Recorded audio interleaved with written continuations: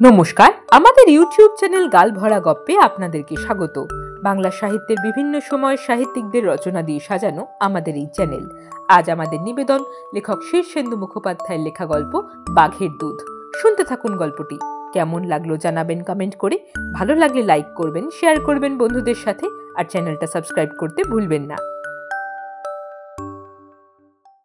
তদানীন্তন বাবুর যে বাঘের সঙ্গে দিব্যি খাতির তা লোকে জানে। খাতির মাগনা হয়নি। একবার নাকি পাতা নাতা খুঁজতে ভুটভুটের জঙ্গলে ঢুকে ভারী ফ্যাসাদে পড়েছিলেন। কানাওয়ালা নামে একরকম ভূত আছে। তারা এমনিতে ফট করে কারো সামনে আসে না, কিংবা শব্দ সাড়াও করে না। তাদের কাজ হলো মানুষের মগজে ঢুকে স্রেফ তার কম্পাসটাকে অকেজো করে দেওয়া। ব্যাস, সেই লোক আর কিছুতেই রাস্তাও চিনতে পারবে না। নিজের বাড়ির সামনে দিয়ে 10 বার যাতায়াত করেও বাড়ি ঠাহর করতে পারবে না।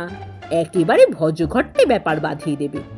তা ভুটভুটের জঙ্গলে তেমন ধারা কানাওলা বিস্তর ছিল। তদানীন্তন বাবু পড়লেন তারই একটার পাল্লায়। জঙ্গল থেকে আর কিছুতেই বেরোতে পারেন না। ওদিকে অন্ধকারও নেমে এলো। আর সেই আমলে ডুয়ার্স ছিল এক উদ্ভুটে জায়গা। ভূত প্রেত দত্তি দানা তো ছিলই, আর ছিল বিস্তর বাঘ, হাতি, গন্ডার, বুনো শুয়োর, সাপ খোপের কথা ছেড়েই দিচ্ছি। আর কে না জানে জঙ্গলের মধ্যে সন্ধেবেলার চেয়ে ভয়ের সময় আর নেই। তদানীন্তন বাবু তখন ছোকরা মানুষ, সবে কবরেজিতে পশা শুরু করেছে। ডাক্তার কবরেজদের এই শুরুর দিকটাই যা বিপদের। প্রথম দিকে 2-4টে ভোজবাজি দেখিয়ে দিতে পারলে রোগীর একেবারে গাদি লেগে যাবে চেম্বারে। পশার হয়ে যাওয়ার পর রোগী মরলেও আর কেউ কিচ্ছু মনে করে না।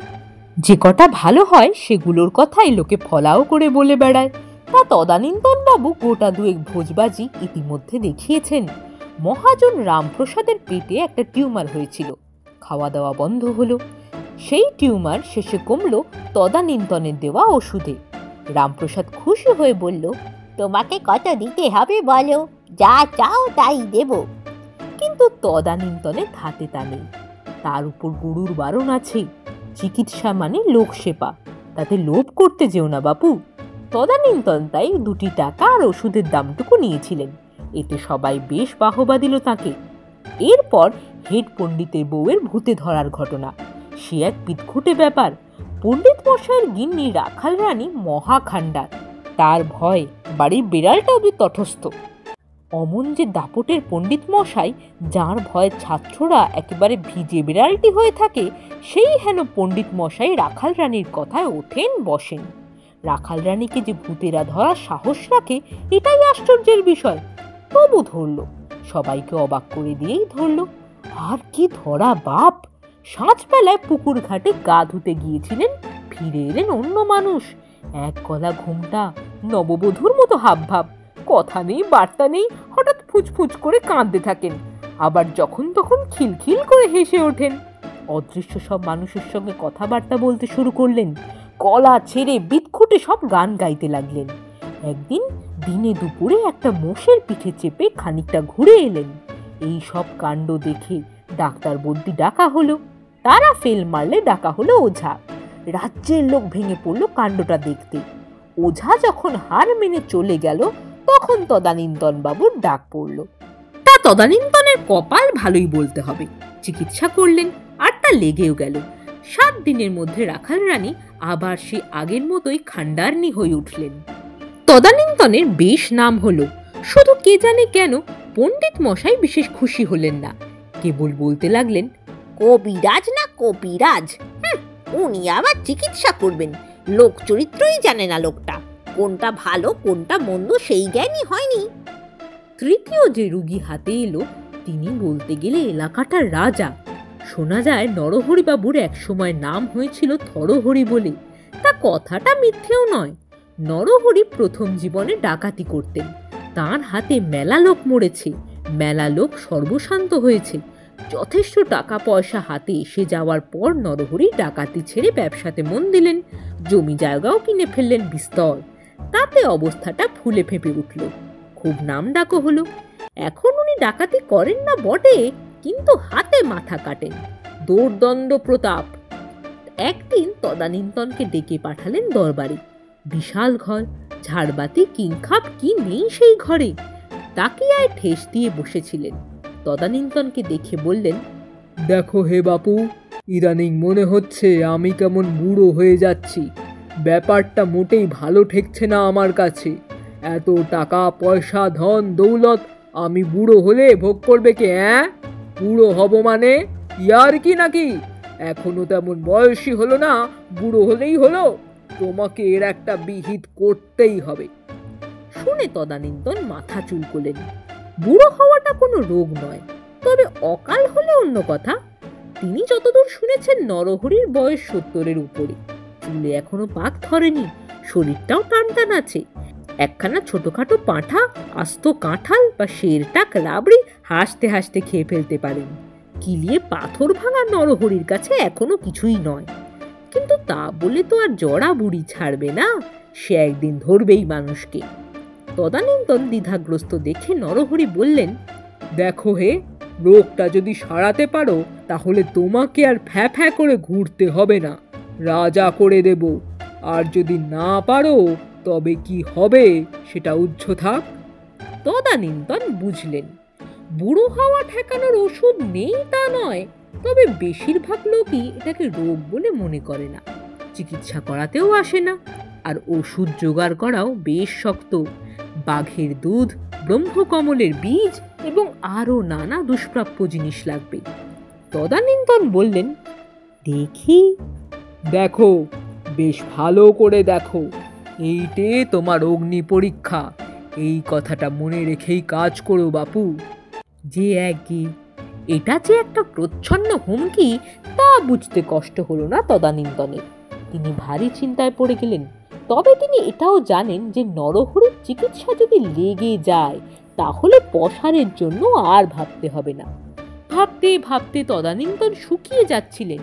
রোজ সকালে নরহরির দুটো জমদূতের মতো পাইক সরকি হাতে এসে হেঁড়ে গলায় হাঁক মারে, কই কবিরাজ মশাই, ওষুধ জোগাড় হলো? সে যে হাঁপিয়ে পড়লেন। রোজ রাতে 15টা পরোটা খান, কাল রাতে 14-র বেশি পারেননি। যা করার তাড়াতাড়ি করুন। তদানীন্তন কবিরাজ অমায়িকভাবে বলেন, হচ্ছে বাবারা, হচ্ছে। তা দৌড়ঝাঁপ করে নানা ফন্দি ফিকির খাটিয়ে কিছু কিছু জিনিস পেয়েও গেলেন তদানীন্তন। এখন বাঘের দুধটা হলেই হয়, কিন্তু সেটা কি করে হবে? কথাতেই আছে বাঘের দুধ, অভাবে গরু বা মোষের দুধও দেওয়া যায় বটে, কিন্তু তাতে বিশেষ কাজ হবে না। তা সে যাই হোক, নানা ভাবনা চিন্তায় পড়ে জঙ্গলে ঘুরতে ঘুরতে বেঘোরে অন্ধকার নেমে এলো। চারদিকে নানা রকম জন্তু জানোয়ারের হাঁক ডাক শোনা যাচ্ছে। তদানীন্তন অগত্যা একটি বেশ বড় গাছে উঠে পড়লেন। 20 হাত মতো উঠে 3টে শাখার সংযোগস্থলে দিব্যি একটা রাত কাটানোর মতো ফাঁদালো জায়গাও জুটে গেল। সেখানে বসে বসে আকাশ পাতাল ভাবতে লাগলেন। পেটে খিদে, শরীরটার উপরে ধকলও তো কম যায়নি, তার উপর কাঠ পিঁপড়ে মশার কামড়েও জ্বালাতন হচ্ছেন। ক্রমে বেশ রাত নিশুত হয়ে তদানীন্তনে একটু ঢুলুনি এসেছিল। শুনলেন গাছের তলায় কিসের যেন শব্দ।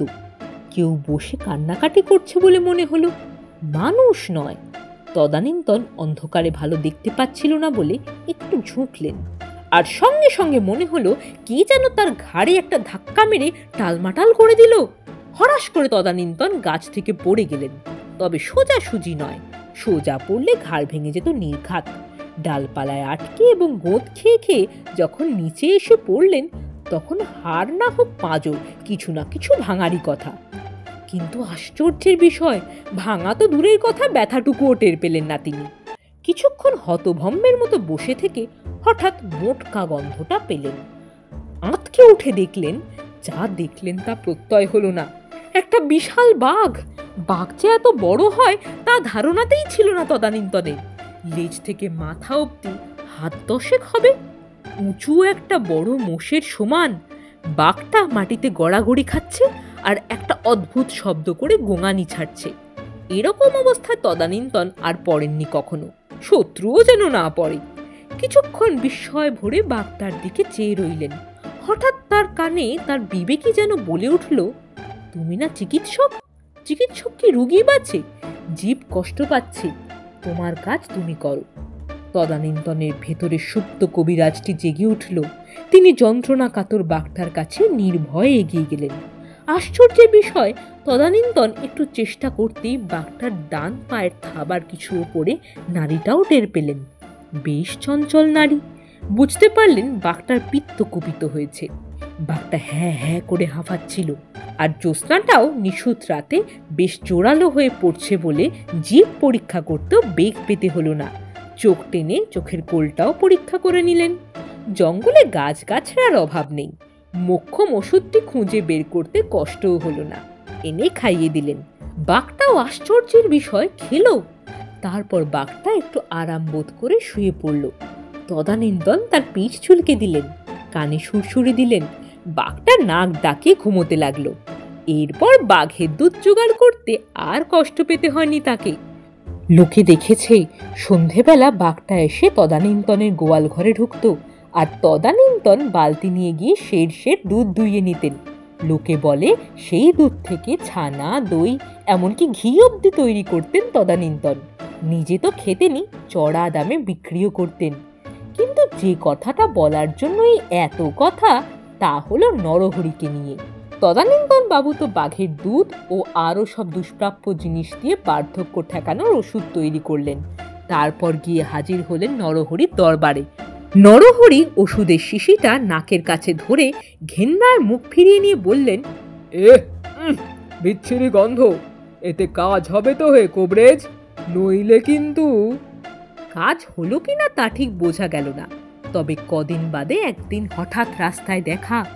তদানীন্তন তার গাছগাছড়ার খোঁজে যাচ্ছিলেন, আর ঘোড়া দাপিয়ে প্রাতঃভ্রমণে বেরিয়েছিলেন নরহরি। একেবারে মুখোমুখি পড়ে গেলেন। এই যে কবরেজ, কি খবর? তদানীন্তন তটস্থ হয়ে বললেন, কি খবর তো ভালোই, তা আপনাকে বেশ ছোকরা ছোকরা দেখাচ্ছে কিন্তু। এই কথায় হঠাৎ ঘোড়া থেকে লাফ দিয়ে নামলেন নরহরি। তারপর গাঁক গাঁক করে চেঁচিয়ে বললেন, এই কথাটা আজকাল আমায় সবাই কেন বলছে বলো তো? এ কি ইয়ার্কি নাকি? আগে না, ইয়ার্কি কেন হবে, যথাযথই বলে। নরহরি অগ্নি শর্মা হয়ে বললেন, ইয়ার্কি পেয়েছো? ছোকরা দেখালেই হলো? বয়স কত হয়েছে তা খেয়াল আছে? 71 ছাড়িয়ে 72-এ পড়লুম, আর ছোকরা দেখাবে মানে? বয়সের গাছ পাথর নেই তা জানো? ওসব কবরেজি একদম করবে না আমার কাছে। বুড়ো বয়সে বুড়ো হওয়াটাই ধর্ম, বুঝলে? ছোকরা দেখানোটা কাজের কথা নয়। কি চুলে পাক ধরেছে দেখেছো? কষের দাঁত পড়েছে জানো? আজকাল 10খানা পরোটার বেশি আর পারি না, খবর রাখো। হ্যাঁ কি না, খুব কবরেজ হয়েছ। পণ্ডিত ঠিকই বলে, কবিরাজ না কপিরাজ। এই বলে ফের ঘোড়া ছোটালেন নরহরি। তদানীন্তন হাঁ করে চেয়ে রইলেন। শুনছিলেন লেখক শীর্ষেন্দু মুখোপাধ্যায়ের লেখা গল্প বাঘের দুধ। কেমন লাগলো গল্পটি জানাবেন কমেন্ট করে। ভালো লাগলে লাইক করবেন, শেয়ার করবেন বন্ধুদের সাথে, আর চ্যানেলটা সাবস্ক্রাইব করতে ভুলবেন না। আগামীকাল এই চ্যানেলে আপনাদের জন্য থাকবে আর একটা জমাটি গল্প, শুনতে ভুলবেন না কিন্তু।